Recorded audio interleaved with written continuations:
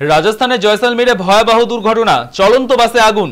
মঙ্গলবার চলন্ত একটি বাসে হঠাৎ আগুন লাগে, ঝলসে যায় বহু যাত্রী।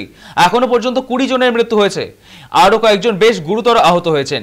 জানা গেছে মঙ্গলবার বিকেলের দিকে জয়সালমীর থেকে যোধপুরগামী একটি বেসরকারি যাত্রী বোঝাই বাস থাইয়াত সামরিক ঘাটির সামনে পৌঁছলে হঠাৎ ইঞ্জিনের দিক থেকে ধোঁয়া বেরোতে দেখা যায়। কিছু বোঝার আগেই বাসটিতে আগুন ধরে যায়।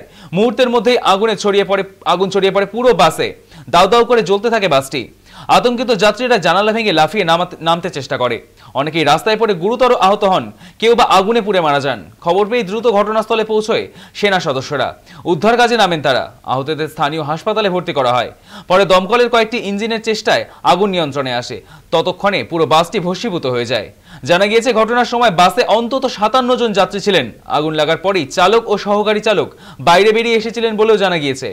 ঘটনার পর দেশ জুড়ে শোকের ছায়া নেমে এসেছে। এই ঘটনায় শোক প্রকাশ করেছেন প্রধানমন্ত্রী নরেন্দ্র মোদী।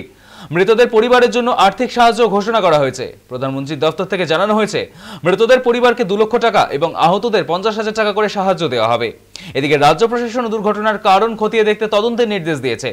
প্রাথমিকভাবে অনুমান ইঞ্জিনের শর্ট সার্কিট থেকেই আগুন লেগেছে, তবে দমকল আধিকারিকরা বলছেন সঠিক কারণ জানতে বিস্তারিত তদন্ত প্রয়োজন। এই মর্মান্তিক ঘটনায় রাজস্থানের মানুষের মধ্যে গভীর শোক ও আতঙ্কের ছায়া নেমে এসেছে।